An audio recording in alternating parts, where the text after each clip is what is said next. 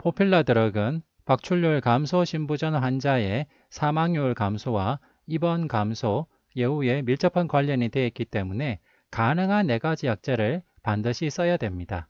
그리고 박출률 경도 감소 신부전의 경우에도 가능한 포필라 드럭을 사용하는 쪽으로 권고하고 있습니다. 포필라 드럭의 약물별 금기와 주의사항을 간략히 보겠습니다. ACE 이니비터나 ARB 아니의 경우에는 혈관 부종의 병력이 있을 때는 ACE 이니비터가 금기가 되겠고, 양측 신동맥 협착증이나 임신 또는 임신 가능성이 있을 때도 금기가 됩니다. 포타슘이 5 이상이거나 신부전이 있거나 또는 심한 저혈압이 있을 때도 주의가 필요합니다. 다만 ACE 이니비터나 ARB 아니를 썼을 때 처음에는 크레아티닌이 올라갈 수 있습니다. 하지만 크레아틴이 올라가는 것이 기저치의 50 이하 또는 크레아티닌이 3보다 낮은 경우, 그리고 에스티메이티드 GFR이 25보다 높은 경우에는 팔로업 하면서 후속 조치가 불필요한, 즉 약제를 끊을 필요는 없습니다. 다만 쇼텀 팔로업을 해서 더 악화되지 않는지 볼 필요가 있겠습니다. 따라서 포타슘이 좀 증가하더라도 일단 쇼텀 팔로업 하면서 보되 칼륨 상승에도 5.5 이하까지는 허용이 가능합니다. 베타 차단제의 경우 박출혈 감소 신부전 환자에서 예후 호전에 근거가 있는 약제로는 비소프롤롤, 카베딜롤, 메토프롤롤이 있고 70세 이상에서는 네비볼롤이 근거가 있습니다.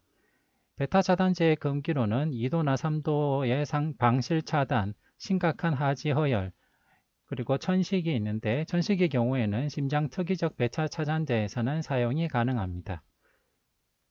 다만 뉴욕 하트 어소시에이티드 심톰 크라이테리아에서 아주 심한 심부전이 있거나 하트레이트가 50 미만으로 브라디카디아가 심할 때는 주의가 필요합니다.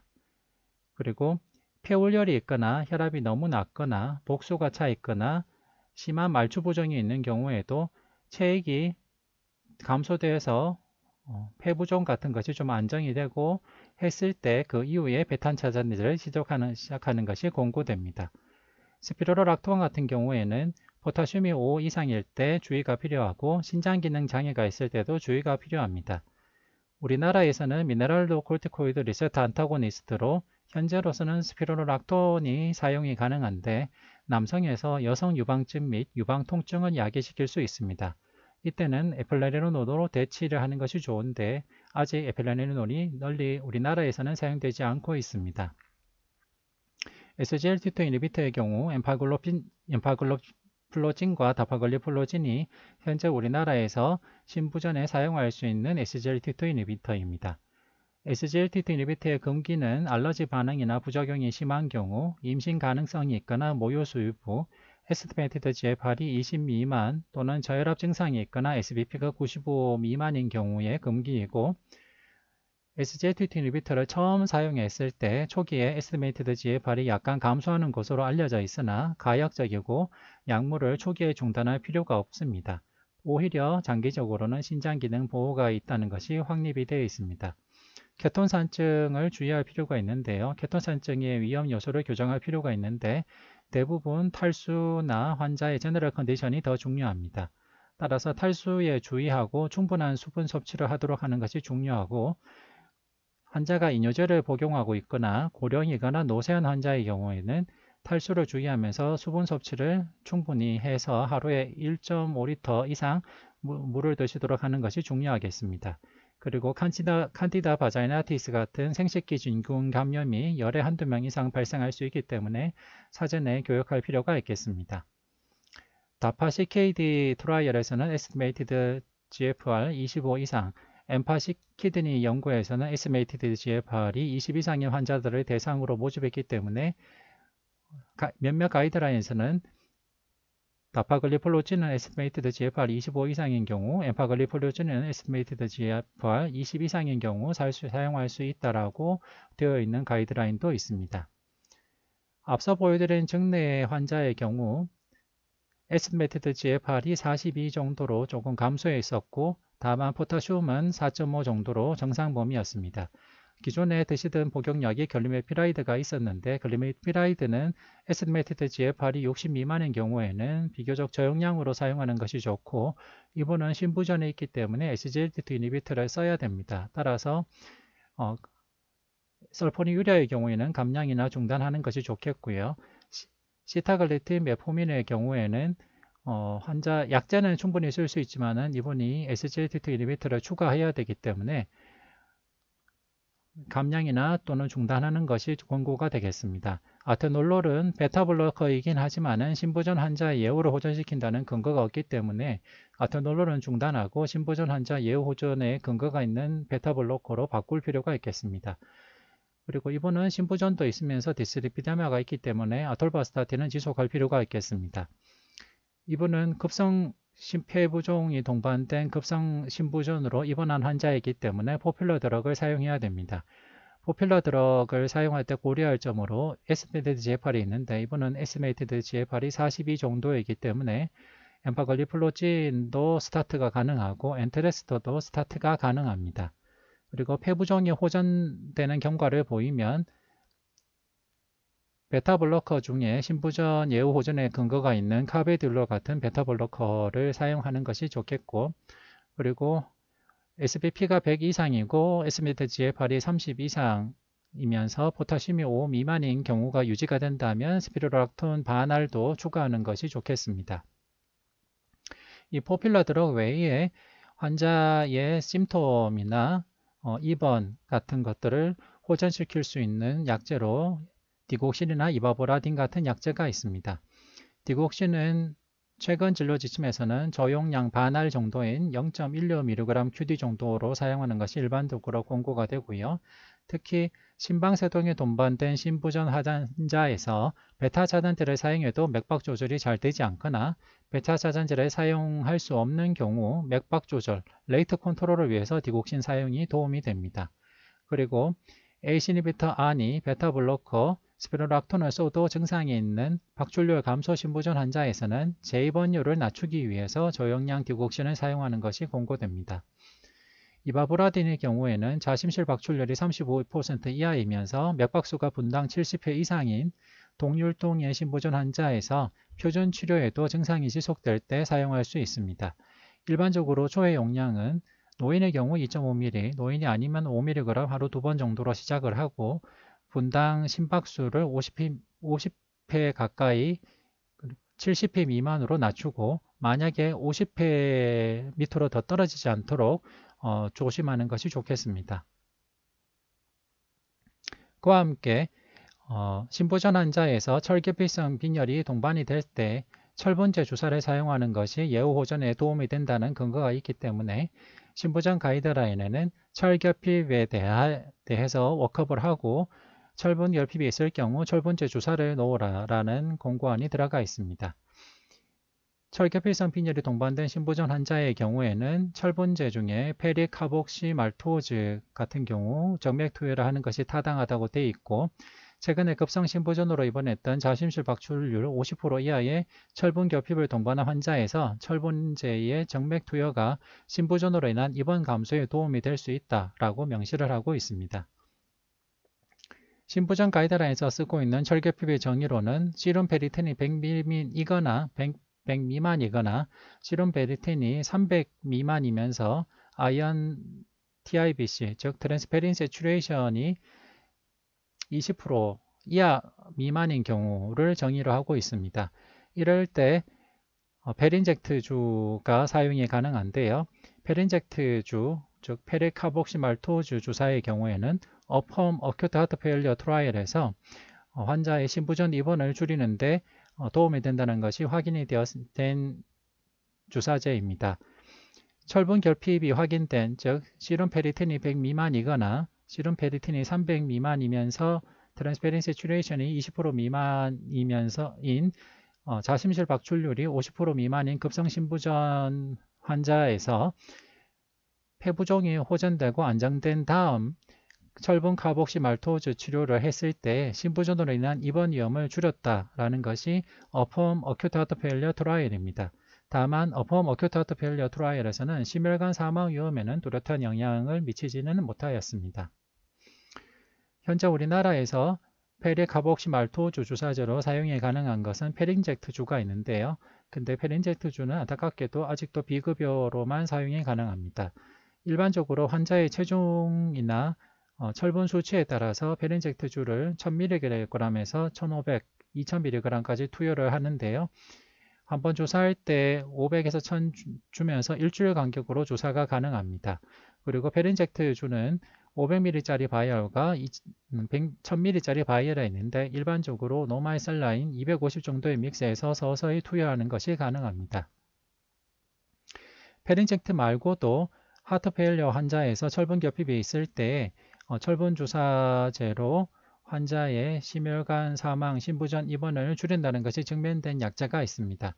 그것은 바로 페릭데리소말토즈 약제인데요.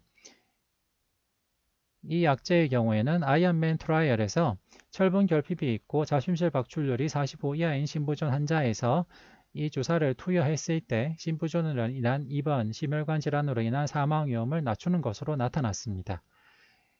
이 모노포주, 즉 페릭말데리소말토주 주사를 사용한 아이언맨 트라이얼에서 정의한 철분 결핍은 페리틴이 100 미만이거나 트랜스페린 세츄레이션이 20% 미만으로 정의하였습니다. 다만 이 연구 결과에서 주의할 점은 코로나19로 인해서 이 연구가 센소링, 이 연구 결과에 편향성이 발생할 수 있기 때문에 이 연구 결과를 분석할 때 센시티비티 아날리시스를 하였습니다. 그리고 이 연구에서 프라이머리 엔드포인트로 봤던 심혈관 사망 및 신분전 입원에서 전체 모든 데이터를 합했을 때는 통계적으로 유의한 차이는 없었지만은 코로나19로 인해 2020년 9월에 센서도 된 1차 결과로는 통계적으로 유의하게 페릭데리소말토주 주사가 신부전 입원과 심혈관 사망을 통계적으로 유의하게 줄인 것으로 나타났습니다. 따라서 이 연구는 파저티브 트라이얼이라고 말하는 것이 전문가들이나 관점에 따라서는 이 전체 결과를 파저티브 트라이얼로 볼 수 없다라고 생각할 수도 있는 한계점이 있습니다. 그리고 철분제를 정맥 투여하는데 논란점이 몇 가지가 있습니다. 그 중에 하나는 저인산 혈증과 관련된 골연화증과 골절 위험의 가능성입니다. 페린젝트주가 저인산 혈증, 즉 시름 포스페이트 레벨 2 미만의 저미산 혈증 발생률이 높고 이것이 골연화증 및 골절과 관련된 가능성이 있다는 것을 시사하는 연구 결과가 2020년 자마에 실렸습니다. 이 연구는 경구철분제에 내약성이 없거나 반응이 없는 철결핍성 빈혈 환자를 대상으로 2가지 임상 시험을 했는데 그 연구 결과 저인산 혈증의 발생률이 모노퍼주는 7.9에서 8% 정도였는데 페린젝트주는 73에서 75% 정도였다는 연구 결과입니다. 즉 현저하게 페린젝트 주차가 포타슘 2mg/dL 미만의 저인산 포스포러스 2mg/dL 미만의 저인산 혈증 발생 위험과 현저하게 관련이 있었는데요. 페린젝트 주를 주사했을 때 유린으로 인산염 배설이 증가하고 그리고 섬유화 세포 성장인자 23, 파이브로블라스트 그로스 팩터 23이 증가하면서 생물학적 활성 형태의 바이타민 D가 감소하고 아이오나이즈드 칼슘이 감소하고 PTH가 증가하고 고령성 표지자가 감소하고 고루수 표지자가 감소하는 연구 결과가 같이 있었습니다. 반대로 모노포주 같은 경우에는 이런 상기 검사 결과를 같이 시행했을 때 상기 검사 결과에 별다른 변화가 없었습니다. 그래서 따라서 아직 임상적인 영향이 확실하진 않지만은 페린젝트주가 섬유화세포 성장인자 23의 증가를 유도하고 다운스트림 메타볼릭 컨시퀀스를 통해서 뼈에 중대한 영향을 미칠 가능성이 있다는 것을 시사하였습니다. 결과적으로는 토탈 및 본 스페시픽 알칼라인 포스파트화제가 증가하고 고령성 표지자와 고루수 표지자가 둘 다 감소하는 양상이 있었고 이것은 골연화증 환자에서 관찰되는 패턴과 일치되는 결과이기 때문에 카르복시말토즈를 반복적으로 투여한다면 골연화증 및 골절과 관련된 가능성이 있다라는 것을 시사하는 연구입니다. 하지만 이 논문에서도 제시되어 있듯이 임상적 중요성을 확인하려면 추가 연구가 여전히 필요한 것이라고 볼 수 있겠습니다. 그리고 한국인을 대상으로 한 논문에서 혈청 페리틴 농도를 골밀도의 연간 변화와 관련해서 평가한 대규모 종단 연구 결과 근위 대퇴골 부위의 골 손실률이 페리틴 4분의 1수 범주가 증가함에 따라서 용량 반응 관계로 유의하게 가속화되었다라는 연구 결과가 한국인 대상 연구에서 있었습니다. 즉 이것은 건강한 인구에서도 체내 총 철분 저장량 증가가 골 손실 가속화와 독립적으로 관련되어 있다는 그 연구 결과이기도 합니다. 따라서 아직 명확한 임상적인 의미가 밝혀져 있지는 않지만은 철분제 주사가 저인산 혈증과 관련이 있고 골연화증 및 골절과 관련될 가능성이 있다는 것에 대해서 고려할 필요는 있겠습니다. 또 다른 이슈는 철분 주사를 할 때 발생할 수 있는 과민 반응, 하이퍼센시티비티 리액션 발생률입니다. 우리나라 서울 아산병원 약제팀이 보고하기로는 페린젝트주를 했을 때 약 0.4% 정도의 과민 반응이 발생하였고 모노포주의 경우에는 약 3%의 과민 반응이 발생하였습니다. 과민 반응의 정의로는 처치약제, 에피네프린이나 클로로페니라민, 스테로이드 같은 약제가 필요한 과민 반응으로 정의했을 때 페린젝트2는 0.4%, 모노포주는 3% 정도로 보고를 하였고 다른 나라 연구에서도 페린젝트주에서는 약 2%, 모노포주에서는 약 8% 정도로 페린젝트보다는 모노포주가 설분 보충제 주입 중 과민 반응의 발생률이 좀 높다라는 것도 고려할 필요가 있겠습니다. 급성심부전 환자에서는 이뇨제를 비교적 장기간 쓸 때가 많기 때문에 어떤 랩을 팔로우업하고 부작용으로 어떤 것을 고려할 필요가 있는지 기억할 필요가 있습니다. 우선 라섹스 같은 루프 다이렉티스를 사용할 때 생각해야 되는 부작용으로는 소듐이 감소하고 포타슘도 감소하고 마그네슘과 칼슘이 다 감소할 가능성이 있기 때문에 장기간 라섹스를 쓰거나 고용량 라섹스를 쓸 때는 소듐, 포타슘, 마그네슘, 칼슘을 팔로우를 하면서 필요할 경우 서플리먼트를 해야 됩니다. 그리고 유릭애시드가 많이 증가하는 경우도 있기 때문에 유릭애시드도 팔로우를 하고 가우트가 생기지 않는지 보고 소변으로 물이 배출되는 정도가 크기 때문에 디하이드레이션과 크레아티닌 증가가 생기지 않는지도 확인할 필요가 있겠습니다. 대한신부전학회에서는 신부전 퇴원전 체크리스트를 홈페이지에 게시를 해놓고 있는데요. 신부전 퇴원전 체크리스트가 실제 환자를 볼 때는 매우 도움이 될 걸로 생각이 됩니다. 따라서 링크로 따라가셔서 자료를 참고로 보시고 환자를 보실 때 도움을 받으면 좋겠습니다. 그러면 저는 요약본 말고 상세본에 대해서 간략하게 말씀을 드리겠습니다. 우선 신부전 환자를 봐서는 처음에 신부전 환자의 동반질환 상태를 확인하는 것이 중요합니다. 신부전 환자의 동반질환으로는 고혈압, CKD, DM 디스페데미아, AFib, 아네미아, 아스마 COPD 등이 있고요. 그리고 신부전은 이젝션 프랙션에 따라서 박출률 감소 신부전, 박출률 경도 감소 신부전, 박출률 유지 신부전이 있고 과거에는 박출률이 많이 감소했다가 현재는 좀 호전되어 있는 타입도 있습니다. 이렇게 박출률에 따라서 신부전을 나누고 그 박출률 감소 신부전의 경우에는 포퓰러 드럭을 반드시 써야 되기 때문에 이런 분류도 중요하겠습니다. 신부전의 에틸리올줄루즈는 크게는 이스케믹과 넌 이스케믹으로 나눌 수 있는데요. 넌 이스케믹의 경우에는 카디오마이오패시, 밸뉈러 하트 디지즈, 타키카디아 인두스드, 즉 AP 같은 타키카디아 인두스드 등이 있으니까 원인을 파악하는 것도 중요하고 나중에 이 원인 질환에 대한 치료를 잘 팔로우하는 것도 임상적으로 중요하겠습니다. 그리고 환자의 신부전이 급성으로 악화된 요인도 중요한데요. 정내 환자의 경우에는 COPD 급성 악화 같은 감염성 질환이 원인이 되겠고 사실 일반적으로 제일 흔한 것은 어큐트 코로나리 신드롬 같은 관상동맥 질환이 되겠고 그 다음엔 이뇨제 같은 또는 혈압약 같은 약제를 잘 먹지 않아서 오는 것도 크겠습니다. 그리고 신부전의 급성 악화에서 제일 중요한 요인 중에 하나가 실제 엔세이드 같은 약물인데요. 신부전 환자 특히 그리고 CKD도 같이 동반된 환자의 경우에는 엔세이드 복용을 주의하도록 교육하는 것이 매우 중요하겠습니다.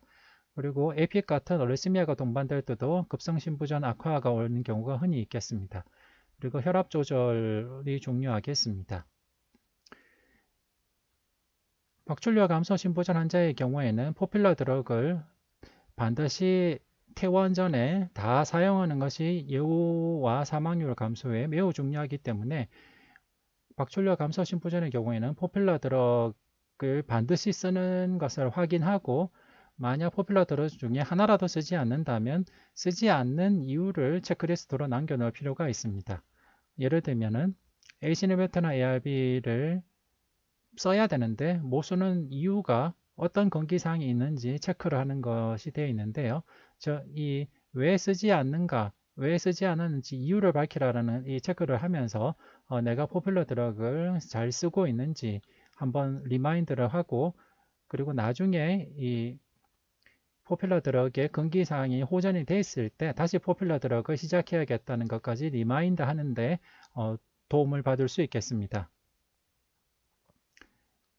그리고 아니 같은 경우에도 역시 시룸 크레아티닌이나 하이퍼칼레미아, 로 BP 등 몇 가지 컨트라 인디케이션들이 있는데요. 이런 것도 나중에 이런 컨트라 인디케이션이 호전이 되면 아니도 써야 되겠습니다. 베타 블로커도 역시 보면은 로 BP, 브라데카디아, 시비아 아스마, 그리고 스틸 플로이드 오버로딩 같은 것이 있는데요. 즉 이런 컨트라인디케이션이 호전이 되면 베타 블로커, 예를 들면 카베들롤, 비소프롤롤, 네비볼롤 같은 약제를 써야 되겠습니다. 미네랄도 코르티코이드 레세터 안타고니신 스피로락톤 경우에도 로 BP, 하이퍼칼레미아, 시름 크레아티닌 증가 등이 요인들이 있는데요. 이런 것이 호전이 되면 스피로락톤도 써야 되겠습니다. 이바브라딘의 경우에는 앞서 보여드린 포퓰러 드럭을 썼는데도 불구하고 하트레이트가 75 이상이면서 심톰이 충분히 조절되지 않을 때 쓰는 것을 고려해야 되겠습니다. 그리고 신부전이 급성 악화에 에픽 같은 어리스미아가 원인이 되는 경우가 상당히 흔히 있습니다. 그래서 에픽 같은 어리스미아가 있을 경우 항응고제가 반드시 퇴원 시에 필요하기 때문에 그것을 리마인드 하는데도 이 체크리스트가 도움이 되겠습니다. 그리고 환자의 예후를 호전시킬 수 있는 것 중에 약제 외에도 디바이스가 있는데 ICD나 CRT 같은 경우에도 적절한 인디케이션이 되면 꼭 순환기내과와 상의하고 인서션을 하는 것을 고려해야 되겠습니다. 그리고 환자의 교육 및 재활도 중요할 텐데요. 저염식이나 수분 섭취 제한에 대해서 안내할 필요가 있습니다. 다만 최근 RCT에서 급성 신부전이나 신부전 환자를 대상으로